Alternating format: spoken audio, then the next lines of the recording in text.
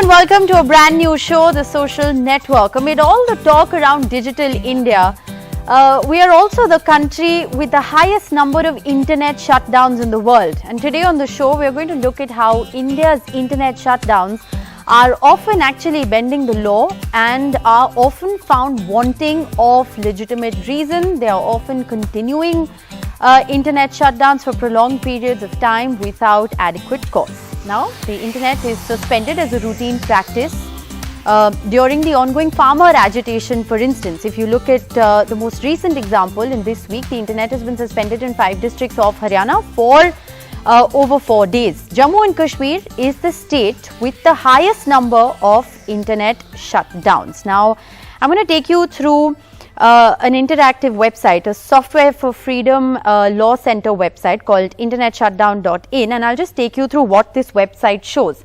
So this is the internetshutdown.in website, and if you look at this, it has an interactive map of the country which actually shows you a state-wise breakup of the internet shutdowns. It's tracking internet shutdowns from 2012 till 2021. We'll also tell you how the number of shutdowns, by the way, have continuously been rising. But apart from all the states that you see here, the darkest blue is for the state of Jammu and Kashmir, and if you click on that, you can actually see a district-wise breakup of internet shutdowns. Pulwama being the highest, 135.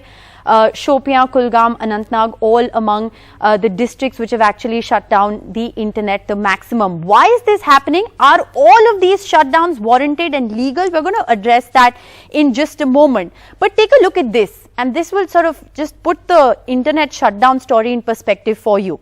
According to Statistica, from 3 documented shutdowns in 2012, we've gone to 129 instances of shutdown in 2021, and this is already 11, but it's only been documented till March 2021. So just take a look at this to understand the story and rise of internet shutdowns. Now, of course, those who will look at this will also say that there's been a proliferation of the internet in these years, which it definitely has, but look at that internet shutdown trajectory.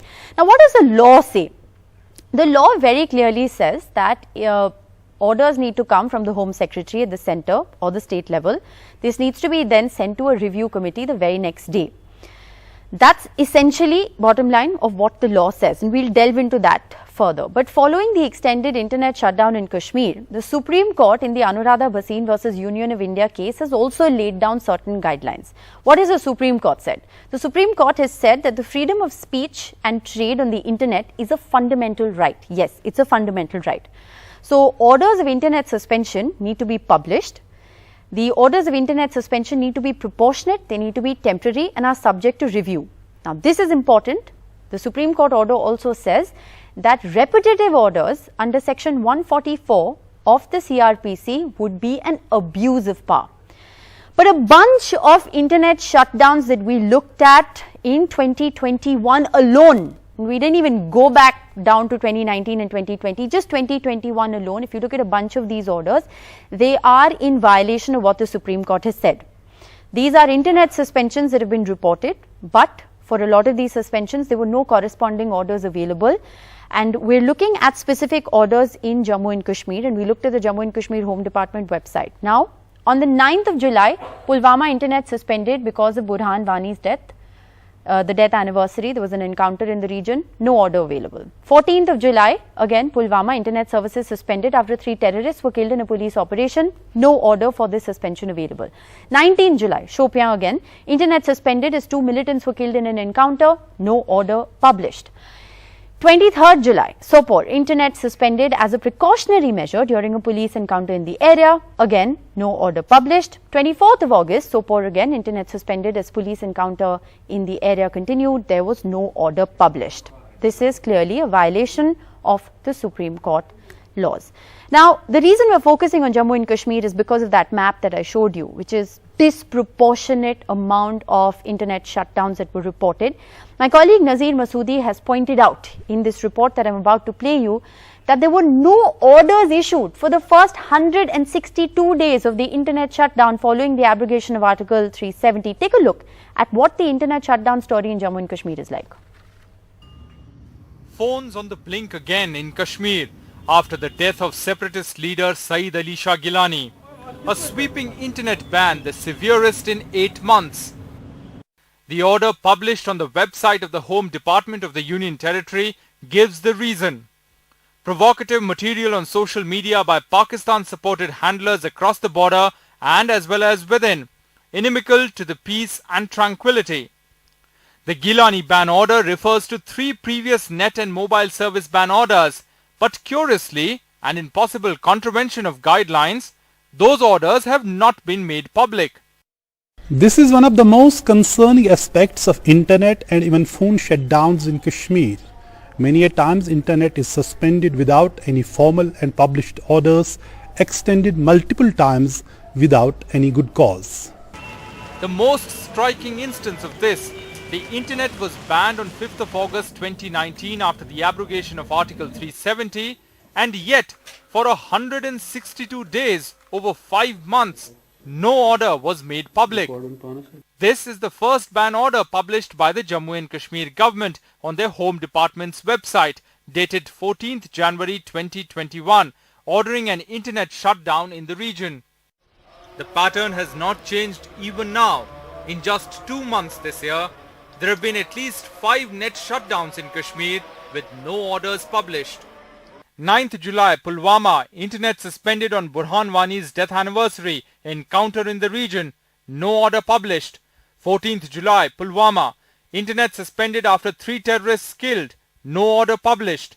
19th July, Shopian, internet suspended as 2 militants are killed in an encounter, no order published. 23rd July, Sopore, internet suspended as precautionary measure during police encounter in the area, no order published. 24th of August, Sopore, internet suspended as police encounter in the area, no order published. When there are orders, the justification given for the shutdown is bizarre.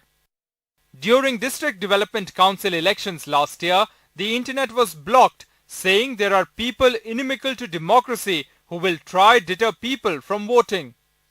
After the results were out, the Home Department justified extending the blockade by citing a large turnout in the elections.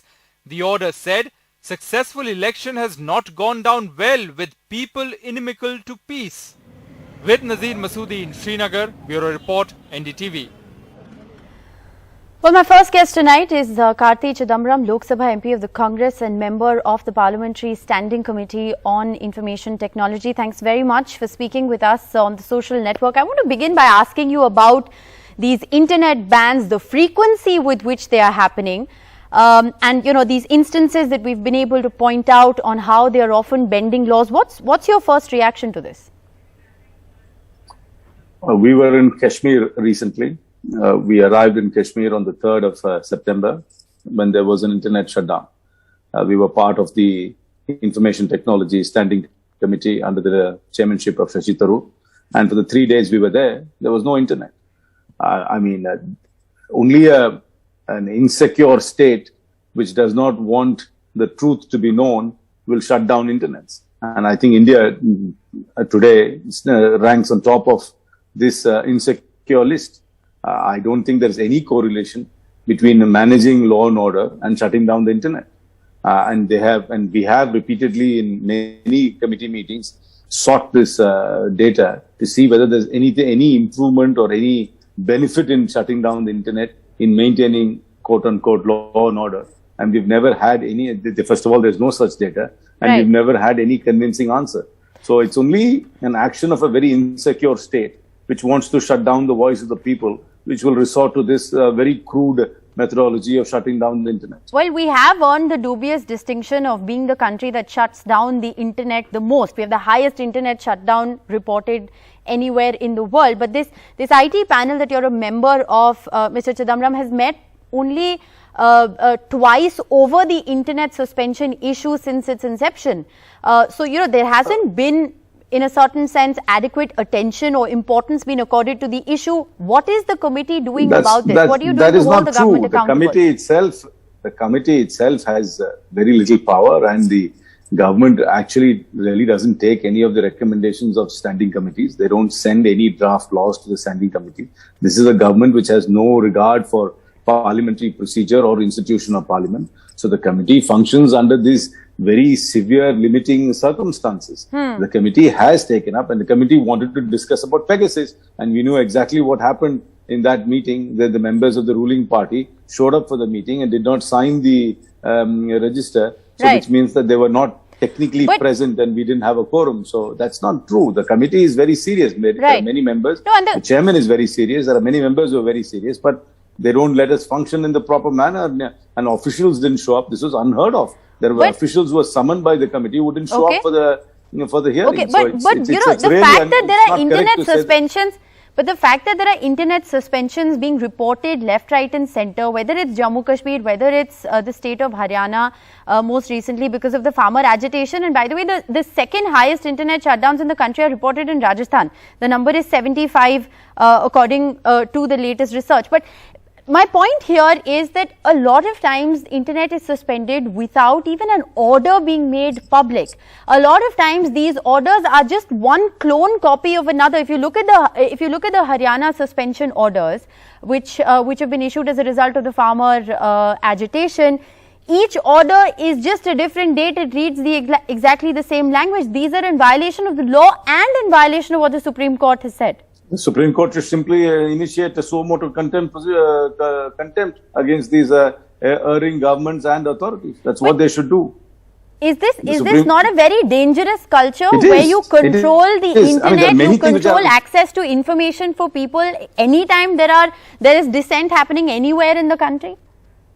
There are many things dangerous happening in this country today, and this is one among them. I mean, we are living under a totalitarian fascist regime, and this is just one more tool this regime deploys to control the people and to suppress the truth from the people. So I'm not surprised that this government and this regime constantly deploys these kind of crude methodologies. I mean, it's really up to the Supreme Court because they run roughshod over Parliament. I mean, you know what happened in the last Sure. Parliament session. We couldn't get a single adjournment motion to be discussed. The amount of time which was spent in passing laws was abysmally low because there was no discussion on anything. And none of the laws are ever sent to standing committees for scrutiny. So there is an institutional collapse which is happening in India, and there is complete institutional capture. It's really up to the Supreme Court to step in and take suo motu cognizance. And of course, when elections are held, the people will have a chance to speak up and to show their dissent against this government. But until then, we are fighting a very, very difficult and uphill battle. Right, Karthi Chidambaram, thanks very much for joining Thank us you. on the broadcast. I want to also go across to my other guest this evening, Apar Gupta, lawyer and executive director of the Internet Freedom Foundation. We have Satyapal Jain, Additional Solicitor General of India, Yashovardhan Azad, ex-IPS officer and ex-special director of the IB. Thank you all very much for being with us. Apar, I want to actually begin by asking you, because you've done a lot of research in this area, and what's really worrying here is the fact that not just are the instances of internet shutdown rising, but it's increasingly difficult to find plausible reason and sometimes even difficult to find the orders that have actually led to this shutdown. I think this also displays a large amount of absence of compliance with the Anuradha Bhasin judgment.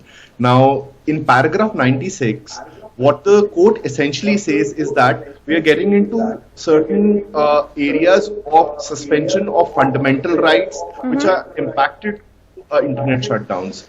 The first is with respect to freedom of expression. The second is with regard to trade of business. And what the court says makes the exercise of this power reasonable are two things. The first is the proactive publication of this order, because it also touches upon the ability of, let's say, a person in Haryana or a person in Jammu and Kashmir to approach legal remedy, like file a case in the High Court challenging the order if it's not well reasoned. The second, what the court also says, and what's not been touched upon till now, is the constitution of a review committee. And this review committee needs to examine the order within 24 hours. What we have noticed is the orders of the review committee, even when review committees have been constituted by certain state governments, has not been made public. So essentially, we don't know what happens in the review committee. And let me just point out two instances of non-compliance which we have found and which are very egregious. The first is we filed a RTI with the government of Madhya Pradesh asking them please provide us a copy of the internet shutdown orders which you have passed. Right. They stated that they're not. It's this kind of information is confidential and cannot be revealed under the RTI Act as well as the Anuradha Bhasin guidelines. Okay. This is in face of the Supreme Court holding. The second is a much more egregious instance. In their RTI reply dated September 15, 2020, Meghalaya stated that even aware of the Anuradha Bhasin guidelines. Right. And the result in Meghalaya, close to August 15th, internet was suspended in 4 districts. Because of But the there was violence. no That's right. Yes, but the larger point, and Satyapal Jain, this is an important clarification that we'll seek from you. The legality of the internet shutdowns in India. I mean, the fact that they are rising and we are the internet shutdown capital of the world and we've earned that dubious distinction. That aside, the legality itself is in question here. Look, I like to reply to your query, and I have heard my previous speakers. Any such situation which comes for consideration, first there are 3 questions which have to be done. Number 1, whether it is permissible under the law. Number 2, if it is permissible under the law, whether the procedure laid down has been followed or not. Number 3, whether the action is bona fide or mala fide. And if it is not as per law or mala fide, then what is the remedy available? It was rightly pointed out by my earlier friend that in Anuradha Bhasin and Ghulam Nabi Azad's case, the Supreme Court examined the entire issue in its totality. The suspension of the internet services is visualized under the Act and the rules. There are suspension rules which visualize as to under what circumstances the services can be suspended, who can suspend them, what is the procedure after that, how much time that will remain in operation, review committee, etc., etc. Secondly, the Supreme Court also said very clearly in the judgment that all such actions are open to judicial review. Yes. Now see, the question is, you have pointed out certain things. The state government may be of any political party. In one state it may be of one party, in another state it may be of other party, or even the central government. They constantly keep on getting information, secret information, confidential information, which no government will like to share it in the public, because that can also itself create problem for them. Based on that situation, the magistrate, the DC, the Home Secretary, who has the access to that information, he decides to suspend the services. Cases may be rising. I am not disputing that fact. You can have the chart whether they are decreasing or increasing. The question is, in the equal proportionate, threat to the law and order is increasing, threat to the public tranquility is increasing. So when the apprehensions are increasing, the number of incidents where I have to put them under suspension will automatically increase. First, let us discuss what is the reason. Why are these forces now getting strength? They are going around and trying to destabilize your country. Third, I am saying, courts are open everywhere. High courts are everywhere. Okay. I remember a case when some services were suspended in the Sindhu border. A petition was filed. High Court examined it. And the government of India also made the petition clear. If you feel that in a particular area these services have been so you're saying suspended it's beyond a time, then you have a remedy to go to the court. Okay. So it's not that something you have been put in the dark, you have no other remedy. You are always going to go to the court, courts are examining it, and Supreme Court has very clearly said it is open to the judicial review. Well, the law and order argument. One sentence more. See, Mr. Chidambaram made lot of allegations against the government. It's not possible, democracy and all that. Mr. Chidambaram, we are discussing whether these services suspension is permitted by law or not. No, the suspension is permitted by law. The suspension is permitted by law, but we pointed out. But sir, we pointed out instances where the law has been bended. And you are talking of democracy in the country. But we pointed out instances where the law has been bent in order for these net shutdowns to happen. They've also happened for prolonged periods of time. When the abrogation happened for the first 160 days, there were no orders. So we pointed out all of those instances. But does it even work? No, this law and order argument is fine, because section 5 subsection 2 of the Telegraph Act very clearly says that the government Rule 2 of the suspension rules. Let me just state what the law very clearly says, that the government can block internet during public emergency or for public safety. Yashovardhan Azad is somebody who understands public emergency and concerns about public safety. Does an internet blockade even work? Does it serve the purpose? Yes, it serves, because so let me get Yashovardhan Azad to respond to that. I'll come back. All right. Well, Ishika, let me tell you right at the very outset that statecraft is something which always acts in an ad hoc manner to contain any particular situation. And at that particular point of time, everything is secondary. Law and order has to be controlled, whether it's a communal situation, whether it's public emergency, whether it's safety. Now, what you are asking is whether internet shutdown helps or not. Let me say that in areas like Kashmir, for example, and the places you mentioned, whether it's Shopian, whether when Burhan Wani incident took place, whether it's Pulwama, these are hot terror beds. And what happens is that most of the times the authorities would like to be extremely, in fact, on the point of being overcautious. There is no direction from the state of suppression and these kind of things which we are talking about. It happens immediately. Secondly, you're talking about the procedural aspects that once the internet was stopped, why didn't the Home Secretary sanction was there? You make DGP the sanctioning authority and you'll get the orders immediately. Now the question is, what happens in these cases? In all these cases, there was an intelligence report. There would be a state intelligence report, and there'll be a conscious attempt by the local law. And I'm not making any value judgment. I'm just saying this is an assessment by the authorities that if we don't do this, there'll be a problem. I'll give you another example. Okay. In Jelani's case, yes, who was rabidly anti-India and his fiery speeches, it is quite possible that nothing would have happened.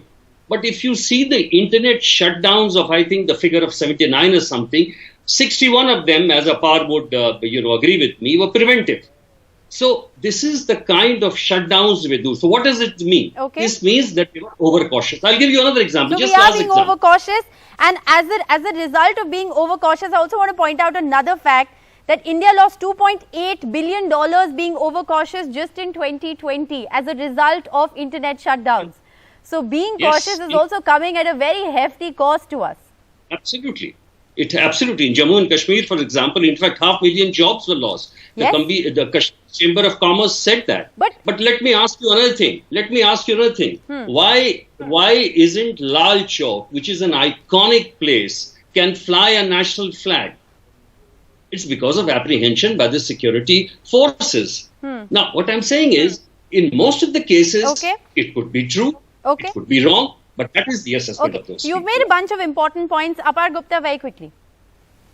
So, I'd like to shift the conversation to examine the law also from a point of view which is not in a state of exception. Because when we talk about Jammu and Kashmir, we are sometimes concerned with a state of exception, where there is a very high degree of risk assessment and precautionary steps taken by law enforcement. Let's take the case of, let's say, Rajasthan, for instance, right?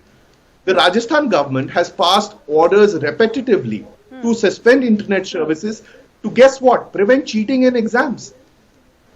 And the admit card for a lot of these candidates was actually digitally sent to them. So the Rajasthan government sent a message 2 days before the exam. So, Satyapal Jain, I want to give you the last word because I think I'm out of time, Apar Gupta, so I'm going to interrupt you there. I want to give you the last word because Jammu and Kashmir is often looked at as an exception. Yashvardhan Azad said a lot of these are preventive. Of course, it's come at a cost to us.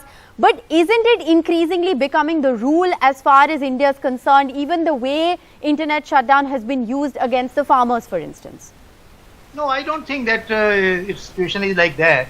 See, as a matter of fact, now with the increase of the use of internet, with the advancement of the technology, and with the threat and dangers coming to the law and order, to the state tranquility, brotherhood between different communities, I will conclude by saying three things. This law must remain on the law book. It's a must for maintaining public law and order. Number two, the exercise of the power has already been laid down under the Act also and the Rule 2 also. Right.